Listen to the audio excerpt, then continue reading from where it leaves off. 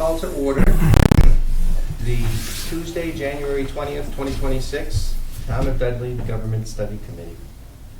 First order of business is pledge allegiance. Please rise.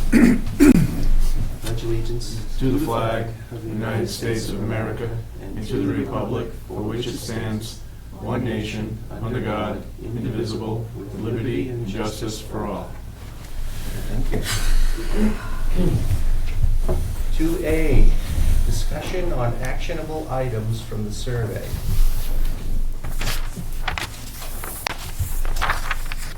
Is there anything that you need to work, to talk about or discuss or work on from the survey? You know, the results at our last meeting. And I guess the question is, and I think we discussed this a little bit, which was, what do we do with the results? I mean, that kind of spawned the discussion of more community involvement, I think, and using those questions maybe as the impetus for a meeting, you know, where we invite people in to talk about one of the particular items we put on survey questions. Am I summarizing that pretty well? Right. Okay. Exactly. Good. Is there anything else on that we need to talk about today? And I think, Mr. Chair, you want to see if you can kind of look at a couple of dates for that citizens input? yeah, that's a good idea. We have our meetings planned out for January, but Yes. not beyond January. Correct. I was going to put an agenda item on 126 to pick some February dates, or solidify them. Would you like to discuss it then? Can we not decide on dates today because it's not on the agenda? I mean, we can talk about dates, Mr. Chairman, Let's but talk about not them. vote on them because it's not an agenda item. All right, so why don't we do that? So we're gonna meet, we're gonna meet on the next Monday, the 26th of January.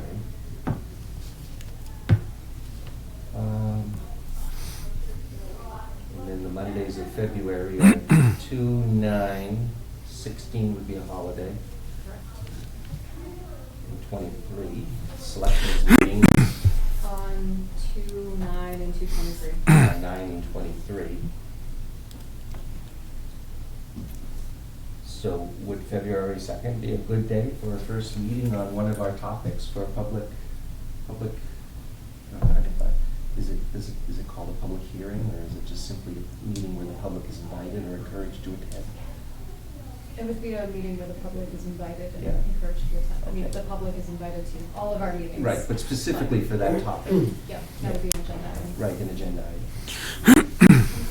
So, Mr. Chair, that puts us 3 weeks in a row with a meeting. Mm-hmm. I don't know if anybody has objection to that or.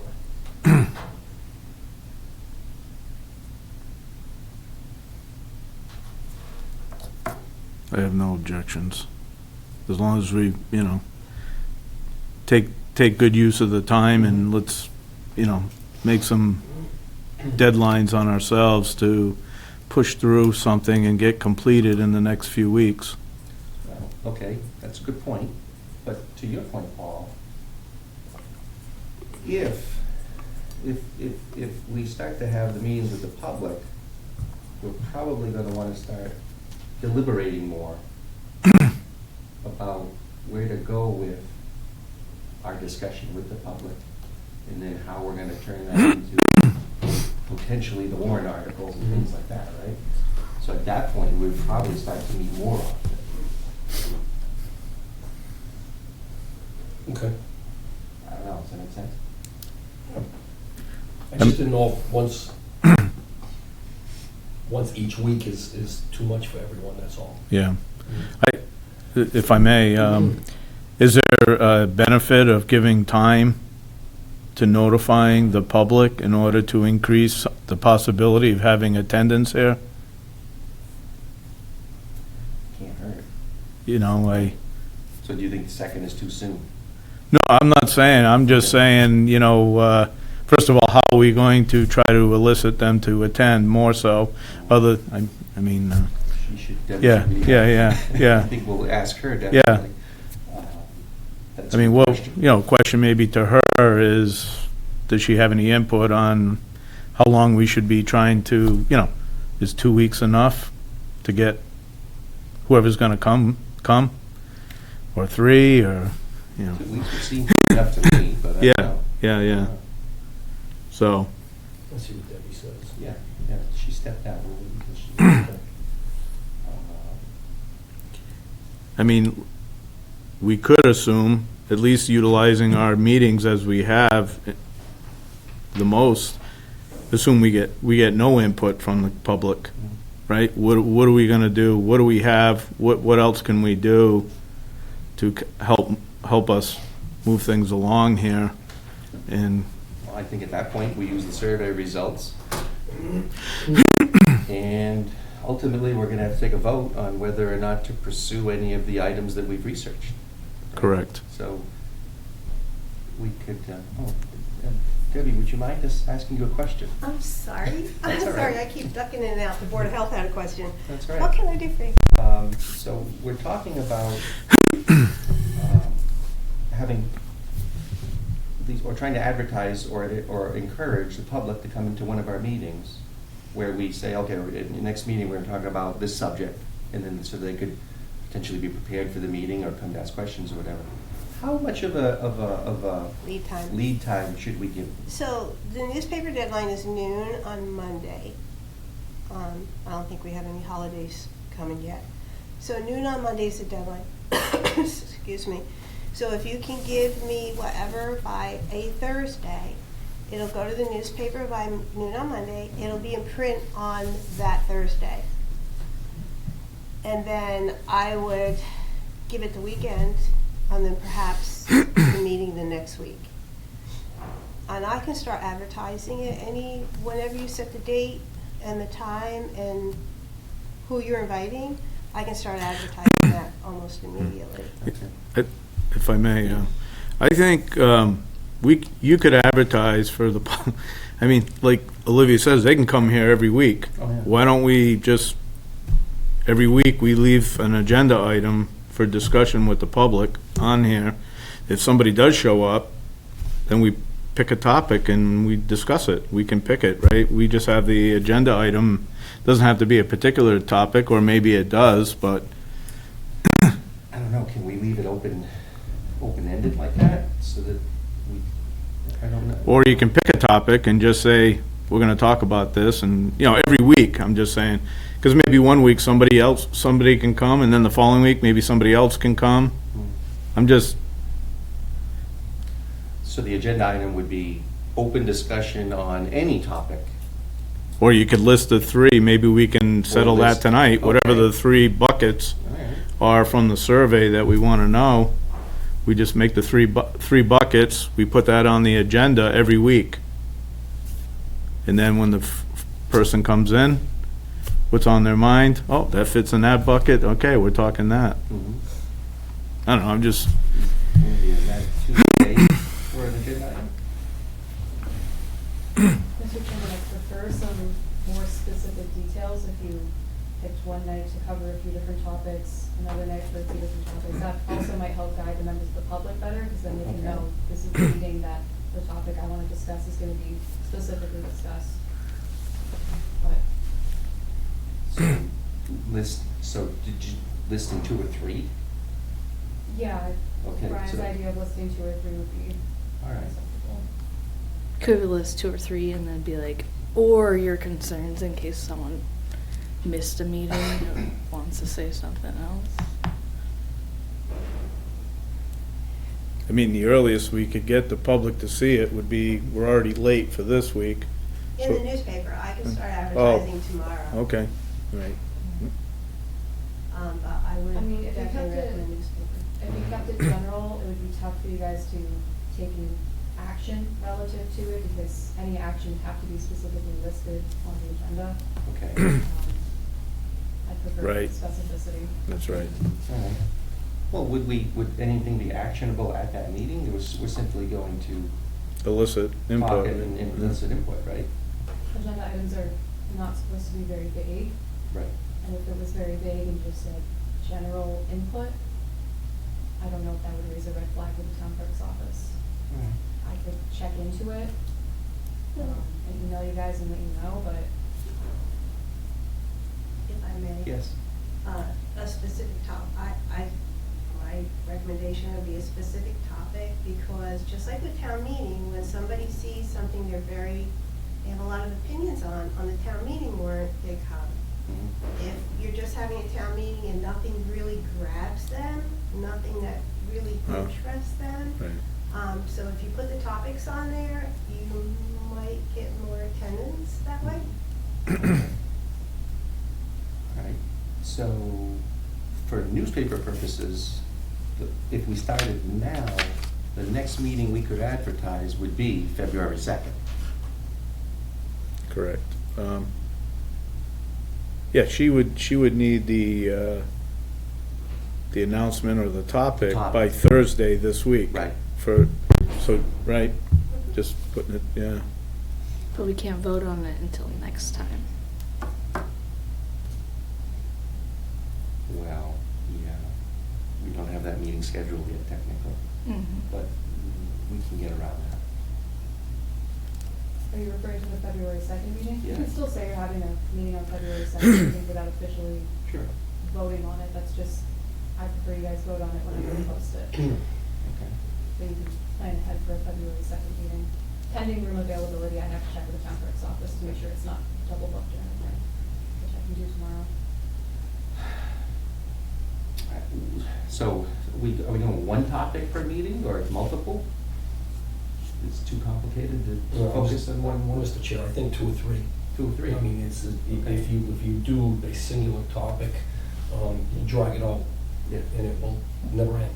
Okay. So I think 2 or 3 is not overwhelming, and I think you're gonna get people for those hot button topics, and just those topics. Okay.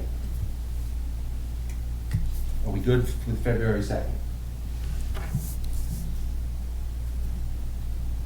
Yes. You know, February 2nd.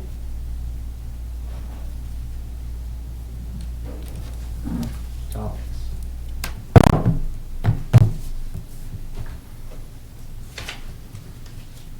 What do we want to talk about?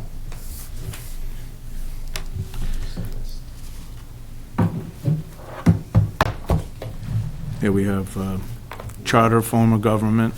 Do we want to come right out of the gate? Heavy Why hitting? not? Okay. Charter it is. And then representative form of town meeting was the other one, and there was one more, I can't.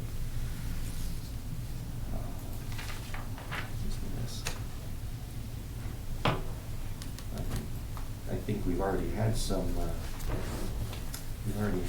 debate on moving the town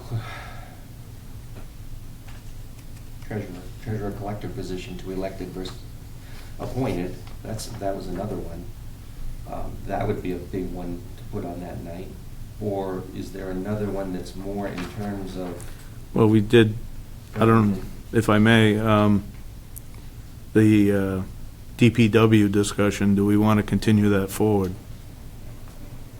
Mr. Chair, I think we really should move forward with that. I think it's something that has value. But these topics that are hopefully in place for that February 2nd meeting, those are pretty big topics. You may just be satisfied with 2. Yeah, if I may, I think, maybe the first night of broad description of governance, That's what I was. charter, town meeting, Mm-hmm. second meeting with a broad topic of current structure discussions Yep. of, elected versus appointed, and possibility of combining departments. They're kind of similar topics, so. Mhm. Good idea. Yep. Yep, I agree. So thematic, if you will. And then one can be about communication, transparency, and technology. Sure, absolutely. I think that'll cover us. And I think roles, responsibilities, training, education, that should be like internal folks with like the people who actually work here.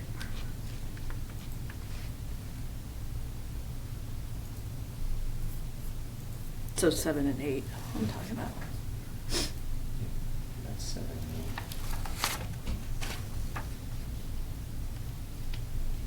Okay.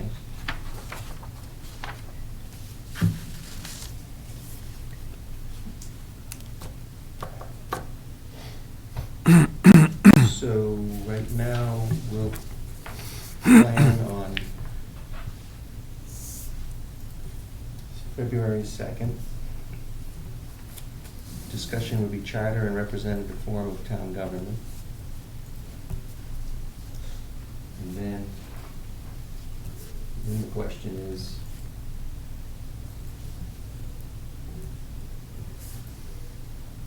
we would have to meet the 10th, which is a Tuesday, because the 9th is selectmen. Pending room availability. And then it would be another Tuesday, the 17th, because the 16th, I think, is President's Day. Yep. Yeah. And then we would be on Tuesday again, because of, so we would kind of be switching our meeting dates to Tuesday. Well, I think that actually may work out okay if we were to say February is governance month, March is the next topic, and April's the next topic. Okay. That will give us a couple of meetings to deliberate, fine tune the message that we think we heard from that particular meeting, Okay. and start to come up with, some actions based on what we did. Now, I don't know if we'll need 4 meetings or 3 meetings in between February 2nd and the next one, but if that's the way the calendar works out. I think if we try to say, oh, on this topic come on Monday, on this topic come on Tuesday, and then, oh, just for grins and giggles, the third one we'll do on a Thursday. I think if we're consistent with Mondays, with the regular schedule, that we've been holding to for the most part, we've got the most chance of That makes success. sense. Yeah. All right.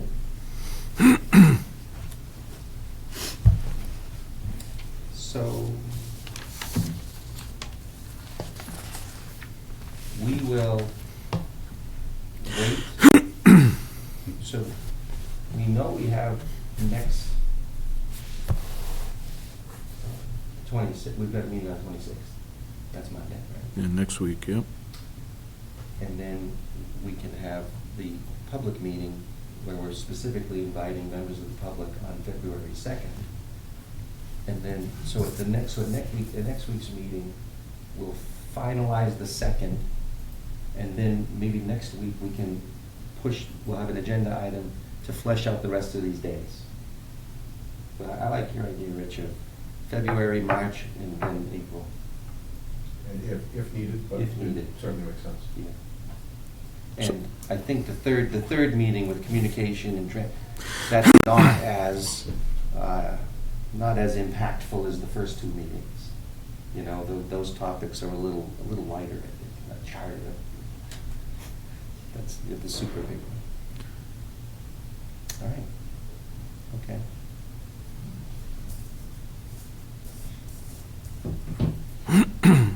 All right. Is that enough on topic today? You did pretty good. 2B, member research, Paul. So, we've each been assigned 1 or 2 projects from our original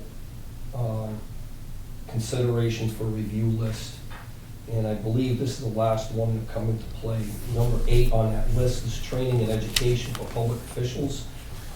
With a structured training program addressing meetings, meeting procedures, open meeting law, ethics, codes of conduct, benefit members of public boards and committees. So this topic can go on forever. This is one that gets pretty much every single community in trouble. Open meeting laws, regulations, so on and so forth. And in order to really just condense down into something that's manageable, it's kind of this is really just the crux of what we should be looking at, my belief after doing some research. And I apologize, in this room, we don't have the ability to have a presentation put up on the screen, so it's just gonna be in the narrative form. I apologize, my voice is a little bit hoarse tonight. So training development, typically what you do is you look for training requirements that are issued from local, state, federal training needs, what is going to be needed based on those specific mandates, or if it's a local issue that is something specific to your community. How do we design these training programs? And then who administers them? How are they administered? And then with all training programs, you need a review. You have to have someone or a group of people looking at these periodically to see if they're still relevant, if there's any changes that can be. So this is kind of a living document. It's not one and done. You always want to have eyes upon it to ensure that it is current with today's needs. One of the big things that we have is the open meeting problem, open meeting failures. Open meeting laws are put in place so they secure the trust of the public, and this is really one of the most predominant issues that public entities run into, where they end up either outright violating inadvertently, or maybe a person from the public questions how they actually operate, and they may not perceive it to be correct, but it could be correct. So we want to make sure that each member of each department head, whether it be a department head or an assistant, deputy, whatever the case may be, they should be really schooled on these laws, how they operate, and how you can fall into a trap. Minutes of accuracy, okay? So our minutes are posted. We need to make sure that they are accurate and concise. Same thing with all other meetings, whether they're a town meeting, as Debbie mentioned earlier, a selectmen's meeting, or any other meeting that goes on. That is the historical data for the community.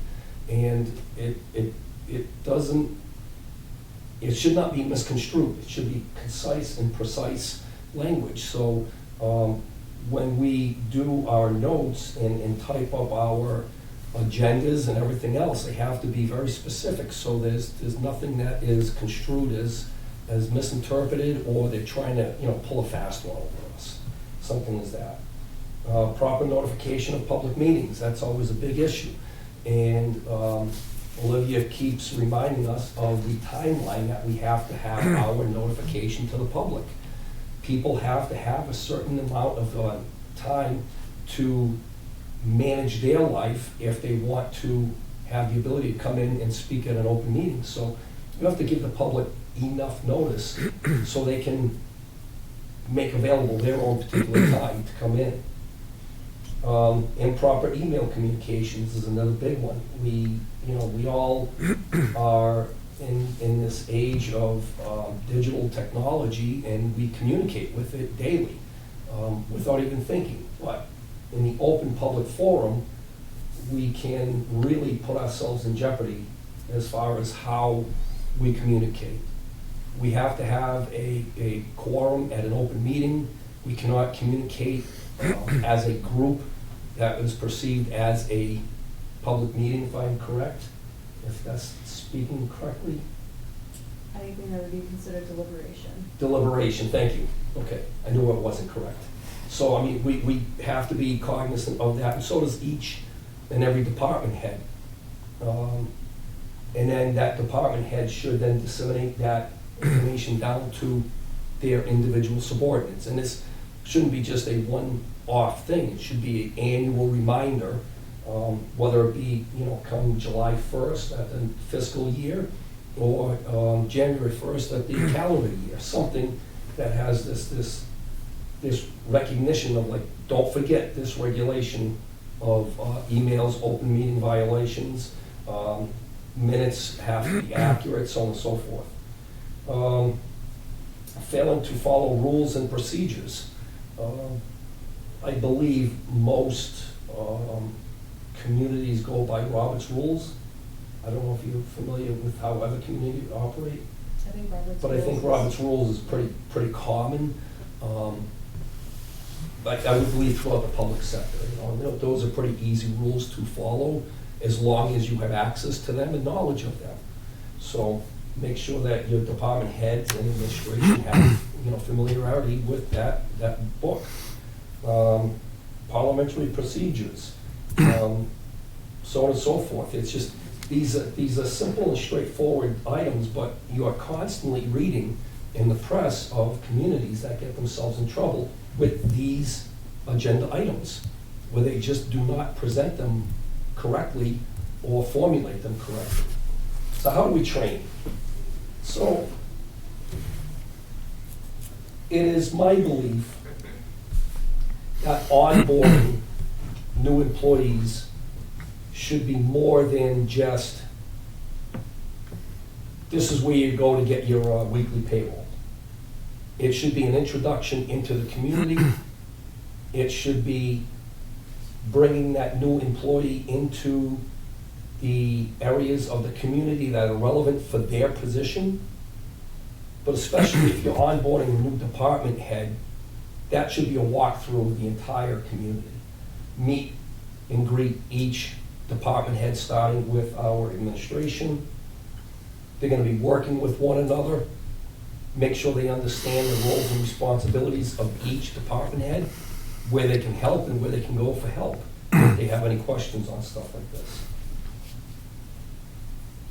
Annually, Commonwealth of Massachusetts has a ethics training, and department heads are pretty familiar with this. And as Olivia was just talking on, the annual conflict of interest and also ethics training comes from Commonwealth of Massachusetts. Once you are into the system, you end up with an annual email reminding you that it has to be renewed each year. So again, the state looks at these things as just a 1 year type of agenda. You need to then remind yourself and relearn this. So they do remind you, and it's fairly accurate on these online programs. Get in, do your program, and you end up with a lot of problems with ethics or conflict of interest, or the perception of a conflict of interest. So hopefully with not only department heads, but every employee that's working for the community, taking these 2 annual online programs helps reduce any conflict or ethical problems that are real or perceived from the public. Codes of conduct, employee handbook, Robert's rules. Again, the employee handbook, my belief is that it should be, again, a living document. I don't think it should be printed once and just pushed aside. I think it should be reviewed on an annual basis. It may have something that is no longer relevant. Something may have come from the state or new thinking from the town that makes a new topic relevant. So that department handbook should be readily available for every single employee, and that's part of their onboard process. Here's your book, here's a copy of it, whether it's electronic, hard copy, whatever your choice would be, but understand how the town wants you to operate. If you don't have it, you don't know it. So what are the benefits of these types of just simple trainings? You're going to build skills to facilitate public meetings that are smooth and fair. So if everyone has the idea of working out of the same book on how to manage an open public meeting, they should all look the same when they are presented. Understanding the rules of the meeting ensures civility, and that's one thing that is not prevalent with our board, but other boards, especially when they have outside citizens coming in, they can be difficult. And you have to understand how to manage that without escalating into something that is dangerous. So I think that's a good understanding for department heads and their delegates, because they're the ones that are gonna be coming in, sitting at board meetings, so on and so forth. Also, any volunteer boards such as us should have some idea of how to manage, that type of problem. It allows for public input and debate. It just cannot be a free-for-all. There has to be some sense of how you manage the public to come in and speak. Again, civilly, with respect, back and forth dialogue. It ensures, and enhances transparency to foster goodwill with the public. And that's always a big thing with the public. It just seems that, and again, it's not just our community. If you keep in the press, that that's one of the common things that is put transparency. They're not being transparent. They're hiding something. There's something amiss. And it may not be the case, but it may be a presentation. So, some type of education on how to be crystal clear with your voice and your message. So it doesn't have the appearance of anything that is being, hidden or driven in a different direction that it should be. So the public trust is everything. We work for them. We are here for them. So if you lose that trust, it takes a long time to build and a moment in time to lose. State ethics training benefit is to reduce corruption, or at least the appearance of corruption. Benefit of state conflict of interest reduces illegal actions. Things that you may believe are completely ethical and legal may not be.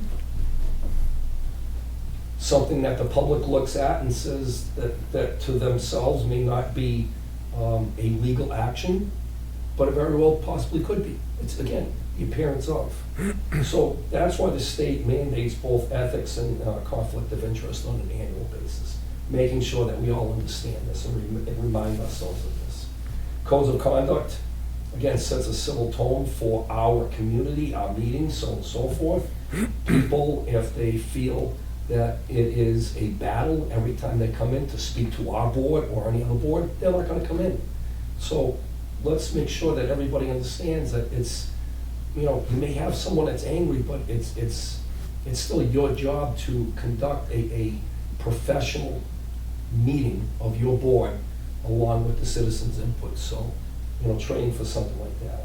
Employee handbook, again, everybody's working from the same guiding platform. I think that's very important, regardless of how simple and small a statement in that book would be. Everybody in the community, whether you are a volunteer board member, whether you are on the Board of Selectmen, whether you are working for the administration office, or any other office or department within the community, everybody's working out of the same guide book, which is very, very important. Because if the public has this perception that you have a person or a department that seems to be working independent and outside of what the town recommends, how you operate, well, again, that trust is going to be eroded. So you want to have that same guiding principle for each department and each member in that department. So who needs this training? State ethics program, every single employee, including volunteer boards. Conflict of interest, same, all employees and all volunteer boards. Pretty much anybody representing the community should have these. Codes of conduct, all employees. Rules of a meeting, Robert's Rules of Order. I believe that the Board of Selectmen members, town administrator, assistant administrator, any department head, any board member, committee members, volunteers, pretty much any person who in any capacity has the ability to publicly represent the community.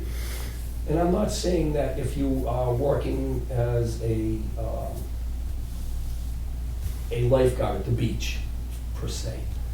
I don't know if you absolutely have to have that type of training.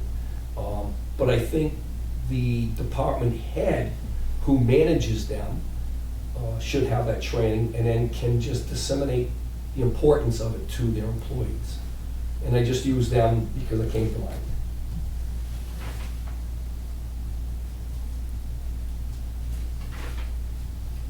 So how do we get this done? Well, some of this is already in place.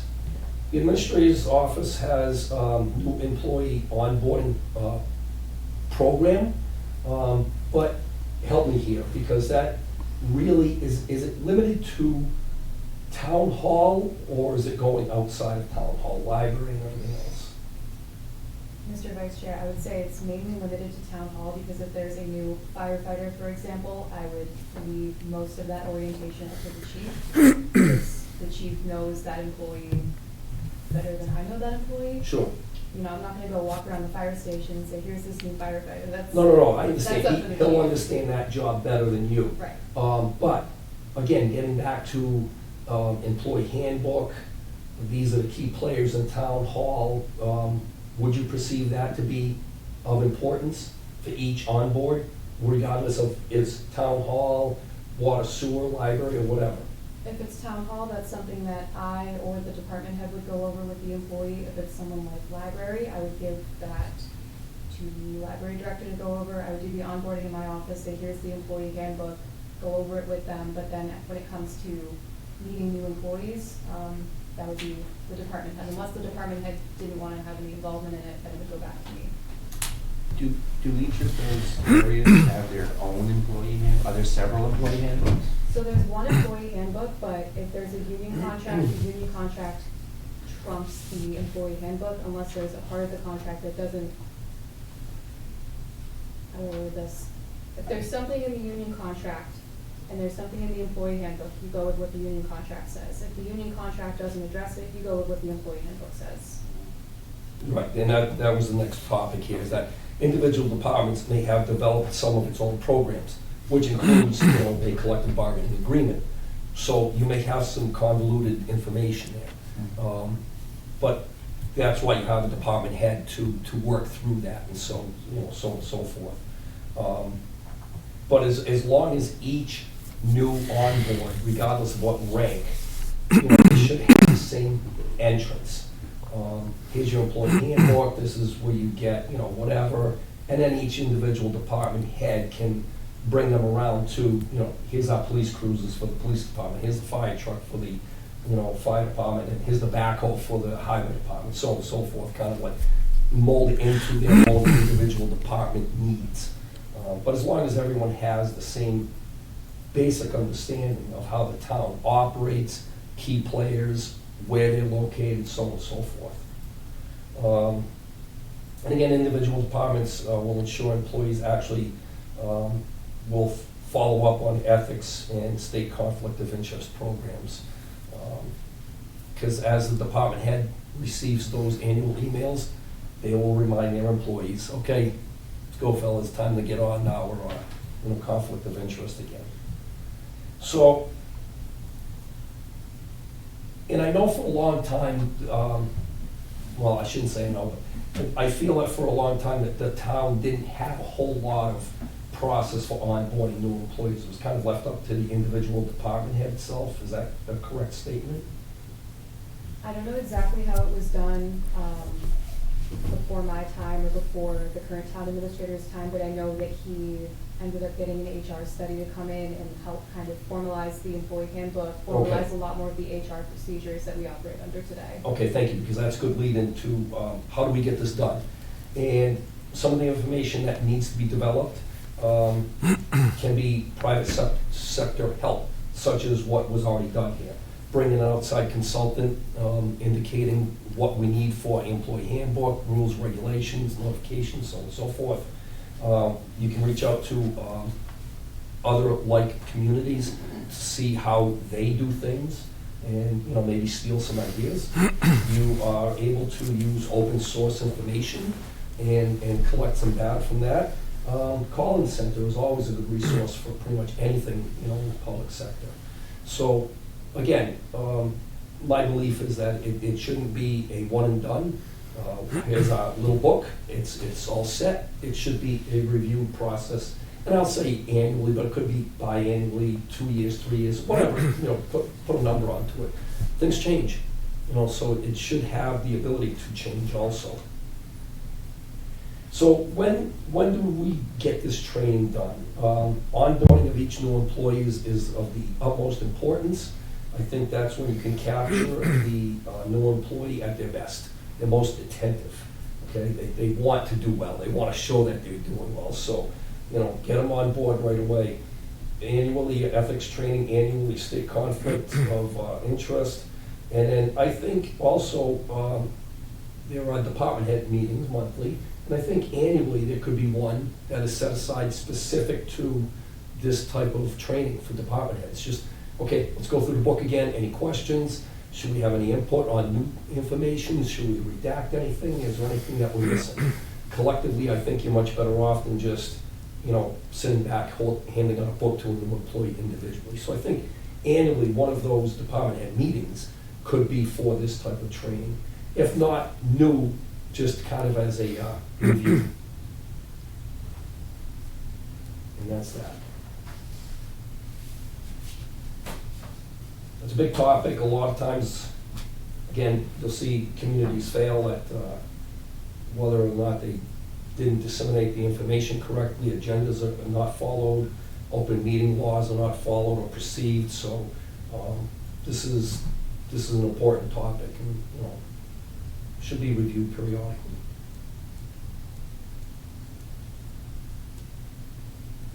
Excellent job, Paul. I think, the Commonwealth does do a very good job of having statewide programs in place. You referenced ethics, open meeting law, et cetera, et cetera. I think a lot of the failures that you're talking about come down to not systemic failures for a town, or we've never posted an open meeting. They come down to systemic failures of individuals. Oh, I didn't know we had to post it, or willfully, I'm not gonna post this and we're still gonna meet. Well, no, you can't do anything, so I don't know why you do that, but, So and the state does have very good training for newly elected officials regarding finance, once a year, as well as an annual updates, what's new in municipal law. So there are a lot of opportunities that the state provides for good training, but having the base here in town, I think, again, it probably won't shock anybody, but I think it's come a long way in the last 10 to 15 years. It's a complete sea change in the approach and the attitude that the stuff does matter. It does. So let me ask Olivia, would you believe that an annual department head meeting on this topic would benefit, or is it just something that a quick email sent out, just as a reminder, hey, review whatever, and then disseminate that down into their employees? Yeah, it could always be helpful to do an agenda item for an annual department head meeting, because then those minutes get sent out, so even if the department heads aren't able to attend that specific meeting, they can still read back in the minutes and say, oh yes, I have to disseminate this info. Good point. So. Okay. And that's kind of like it's at the high level, right? Because I'm sure, coming from your background, you fight in the fire, you train all the time, right? You're Yes. always constantly Yes. training. And that can, you can miss, but that can be, let me word this. But you're not training like on employee related, you're training on how to do your job properly. The physical The operations. physical operations, aspect, there's yes. a difference. Yes. That's what I'm trying to get at. Yes. There's a difference. Just like the town accountant might, if it's a state law change or a practice change, they probably know about those things. But maybe they need to be refreshed on the higher level ethics things in the meeting rules, things like that. I think that's the point. Yeah, that's the point, right. And that's yeah. what Rich was getting to, where just, more often than not, the failure isn't a global problem within the community or intentional. It's more of an individual that just misunderstands, a section of the law, or regulation, or whatever it can be. How many cases do we have annually for this kind of an item, for unethical behavior? Here in our community, In here, or Massachusetts? if you read in the press, it's I would say monthly that you'll be seeing something in some other community. But we've been pretty fortunate in this community, haven't we been, as far as open meeting regulations, ethics? There hasn't been. Off the top of my head, thinking about other open meeting law complaints that other boards might have filed or filed against other boards, I don't know if I have a number in mind for Okay. that. So it's Does happen. more than I thought. It does happen. I interpret it that way. Working for the Telegram for 16 years, I filed open meeting law complaints regularly. And I gotta tell you, I covered Dudley for 10 years, and Dudley, during my time there, was tight. I think all the years I covered Dudley, I wrote 2. Whereas other communities, it was sometimes a weekly item. Wow, okay. Mr. Chair, can you speak on what are the more common themes? Why people file for? Not understanding the exemptions to the open meeting law, going into executive session when they don't have a proper exemption, quorums, deliberating off camera, pausing a meeting and going in another room and deliberating and coming back to the meeting was a pretty significant one. And that's towns in our area. Towns in southern Worcester County. Southern Worcester County. Yeah. So, Mr. Chair, that gets to the crux of what Rich was talking about, you know, the misunderstanding of what's in front of you. I found typically it's a learning issue. People just didn't realize until they were called out on it that, oh my goodness. So you were talking about employee handbook, but, I mean, let's just, I don't know, pick up, the Board of Health is meeting in the other room. Who trains them on the proper way to handle their board? Does anybody? I would say for the clerk of the board, she could either be trained by my office or by the health agent. We just actually filled the position of health agent about a month ago, so he's Okay. a relatively new employee. Got a lot of his onboarding paperwork and employee handbook from my office. But he's served on a board in a different town, so he's got the open meeting law knowledge. But if it was an employee that had no idea about the open meeting law, I would certainly point them to those resources. So tell them to read up on it because it's stuff they need to know. But there's a perfect example of what we were just talking about, you know, the onboarding of new people, regardless of where they are in the scheme. It's just as important, you know, to get that information out to someone that may be in the system for a while. We're not in our own community, but other communities, or somebody that's coming in as a fresh face, you know, that's never had public service. I was thinking about that because, I mean, the membership of boards is staggered, so that there's usually someone with at least, I don't know, 2-3 years of tenure on every board. Are they all that way? Do they all have staggered? Yeah, I would say most boards are staggered terms. Like a couple of the appointed boards that might be a little less staggered. But that doesn't necessarily mean that the person who's just been there the longest knows what to do. I mean, Right. let's face it, right? Maybe. Maybe, right, no, yeah, it depends how interested they are. I don't know, you can be interested in a committee, a board or a committee, and even be elected to it, but not have the desire to run it, I don't know. It's, Yeah, been there, done that. okay. Yeah. So let me ask the committee here, do you want to put something together as a proposal and submit it with the end package, or? I was thinking, just that we've surveyed the community at large about some of these questions. It seems like a survey to maybe the boards in the town, or even the town hall, or, and the town, not even, I think we keep saying town hall, but somebody from the library or highway, you know, they can, and maybe a survey across the town employees about some questions about whether they feel properly trained. I don't know, is that something? This makes sense. Yeah. I don't know that it could hurt, but I think that should be viewed in the larger perspective of timeline, you know, and the other roles that we have as a Yeah. government subcommittee. I would say that unless there's a lot of, oh my God, I don't know what to do type stress that's happening, you know, in town, I'd say we probably have it fairly well under control, you know, in terms of the way that things go. So adding on a couple of questions when we ultimately get to the employee survey, yeah, of course, that makes perfect sense. Mhm. But sending out something specific about that, I'm not sure is the best use of our time right now. I have a, does this, and I was thinking of this as Paul was going through it, does this topic, and what Rich was saying, is it the big thing or not, does this slide into the open communication and technology piece of our agenda? I'm assuming you have a large SharePoint, right? Because you have a SharePoint for us. Is there like a, Yeah, different departments have different access to like network drives or shared drives.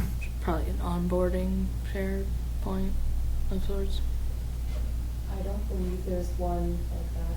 Hmm. We do have a section on the website for employees that has different employee resources. Probably the same thing then. I think it does. I think it kind of does, right? Yeah.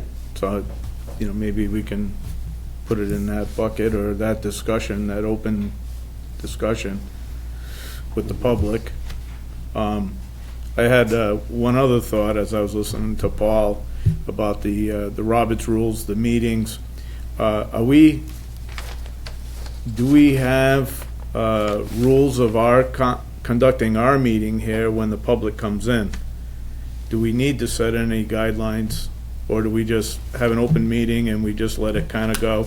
The only concern I have is it kind of running down a rabbit hole, right? So how do we establish, do we set some guidelines on how you, Mr. Chair, are gonna conduct the meeting? That's all, Very good idea. so, and when you open the meeting, you present the rules of this forum, of this meeting, whoever does show up, that this is how it's gonna be conducted. I just, as a suggestion, so it doesn't get out of, I'm not saying it will, but you never know, right? Somebody can talk for a half hour, right? Well, yeah, I know, we'd have to, you going down the lines of like a town meeting where it's like, discussion on this topic is limited to 5 minutes or something, that strict. But, I just throw it out there to the group, give somebody 5 minutes to, Sure. present their position or what they want to talk about, and then it comes back to the board for, questions or discussion, then you pose a question to the individual, and you let them have another 5 minutes, and just some way to conduct the meeting so that it's efficient. Absolutely. We get what we want. At the end of the day, hopefully somebody can come in and, present their position in 5 minutes or less, right? At the end of the day, Pro or con against the issue. pro and con, Yes. in 5 minutes, a paragraph of, what's your thoughts? I should think so. And then the rest of it is, our ability to get a clear understanding of their 5-minute presentation on what their thoughts are, Mhm. right? At the end of the day, okay, we got your comment. We want to make sure we understand your comment. And it's, at the end of the day, we want to make sure that we get to that point where we understand their comment and their input. And so, you need to drive that so that we get the answers to those questions and not just, having them talk on and on and on. And we're not fully understanding of what their point is. That's all. I hope we can try to frame that up right up front. It's like a new employee. You set the expectation right up front, Yeah. when they're in the beginning, that, hey, this is how we're gonna run this. Mhm. That's, my thought. I can set things like that. We can do that. Absolutely. Okay. So, we'll probably revisit this because we might maybe we'll lump in the employee training one into that third section, Paul, and add that into the communication. Because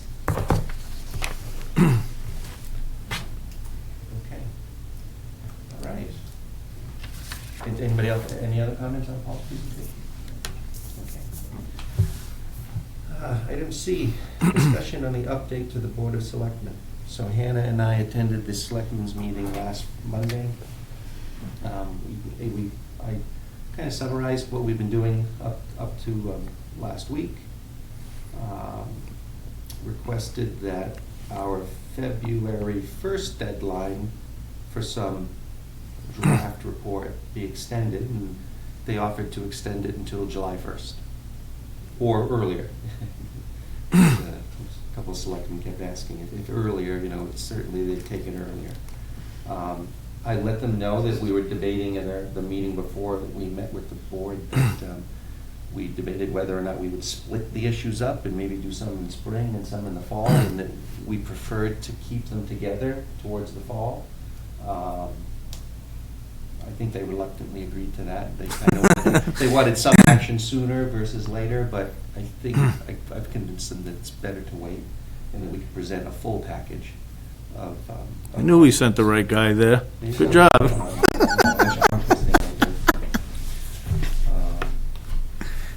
So that's the good. Anything else on that? Okay. Item D, finalizing contribution to the Dudley Digest.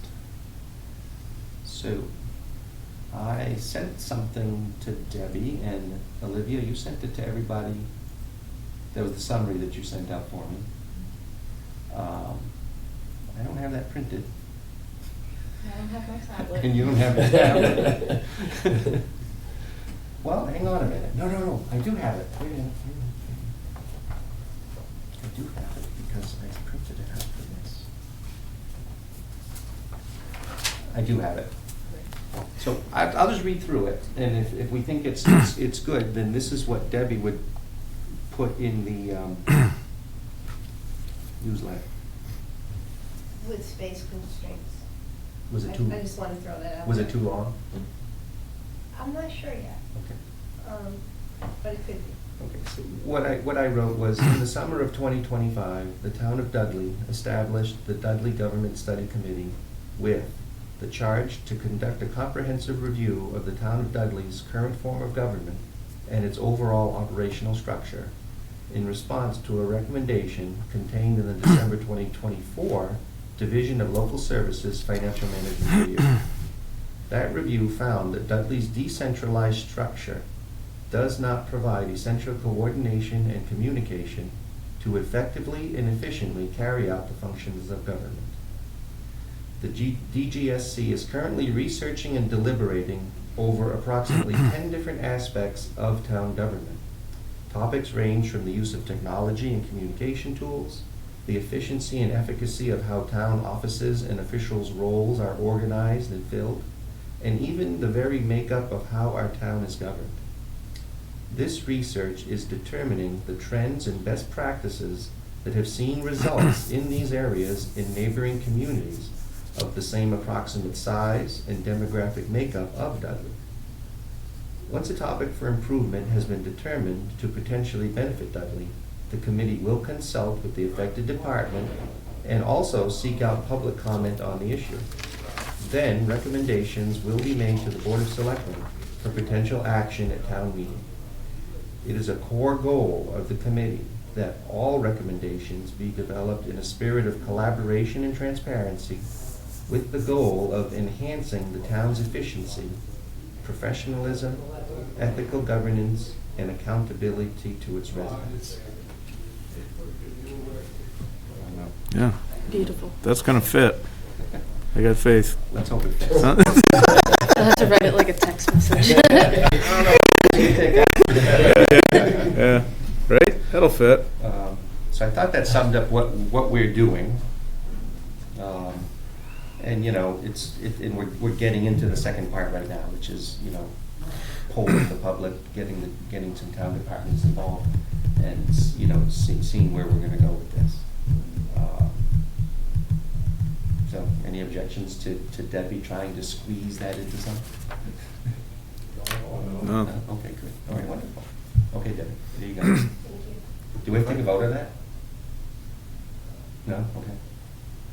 If I may, and perhaps if we are gonna go ahead with February 2nd as our first public foray into having the public in, then maybe that can get in as well, with big, bold That would be, flashing. that would be fabulous. Maybe, if we reduce the background a little bit and add in what happens next, which would be your February 2nd meeting. I could get that into the newsletter that would go out just a few days before the meeting. We can work together on it if you'd like. We could eliminate the first paragraph Maybe condense it. or condense it. Yeah. Fine. Yeah, we could probably drastically reduce the first paragraph to gain space.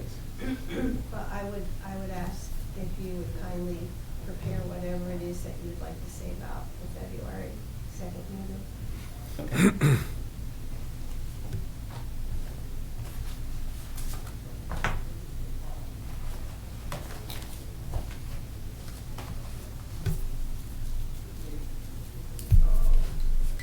It doesn't have to be copy ready, I don't want to interpret, I don't want to use my interpretation of what you're looking for.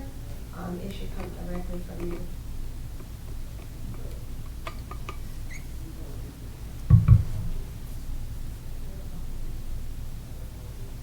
Okay.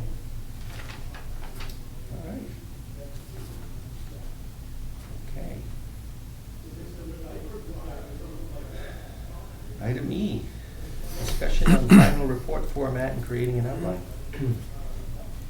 If I may, Yes. I kind of wanted to at least put together this on my own time. Okay. At least just our findings and all the facts from the PowerPoints. Okay. And then as we start coming to a conclusion, we can start filling it out. But at least I can put together all the facts. This is what I do for my job, so I figured I could do it pretty easily. I have no objection.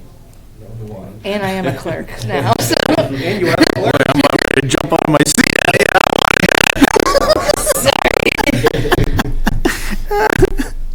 Let me break up a fight. Yeah, shut the camera off. Yeah. That'd be perfect, thank you. No problem. Yeah, thank you. I literally do this for a living, so I was like, I might as well do it. Yeah, and then, I mean, we'll have to decide, like, well, that's a start, because based on the public information, I mean, we're not entirely sure what we're gonna act on just yet. Yes. Perhaps, Hannah, you could come up with a draft of what you would propose, kind of an index, and, without putting any filler into, but Yes. just the body. Yes. And then we could have a informed discussion about that when you have that available. Mhm. Sure. I can also make a PowerPoint version too, if you need it, in case we want to present it. Yeah, it would have been good if we had one tonight. Sorry. No, just teasing. It wasn't his fault. No, I know. Just the way No, it is. no, you did a great job. No, it's- Yeah, you didn't Is skip all a of the beat. Nice. PowerPoints in our SharePoint in like a central location? Yeah, so there's a folder in the OneDrive called Committee Member Findings. Perfect. And then it's organized by each of your names. Perfect. And we all have access to each one of those. Yeah. Yeah, we do, yeah. I just can't upload anything into the SharePoint, so I wasn't sure. I'll look into that for you. Thank you. Because I was going to start a Word document, but then I couldn't upload anything or add, so I wasn't sure.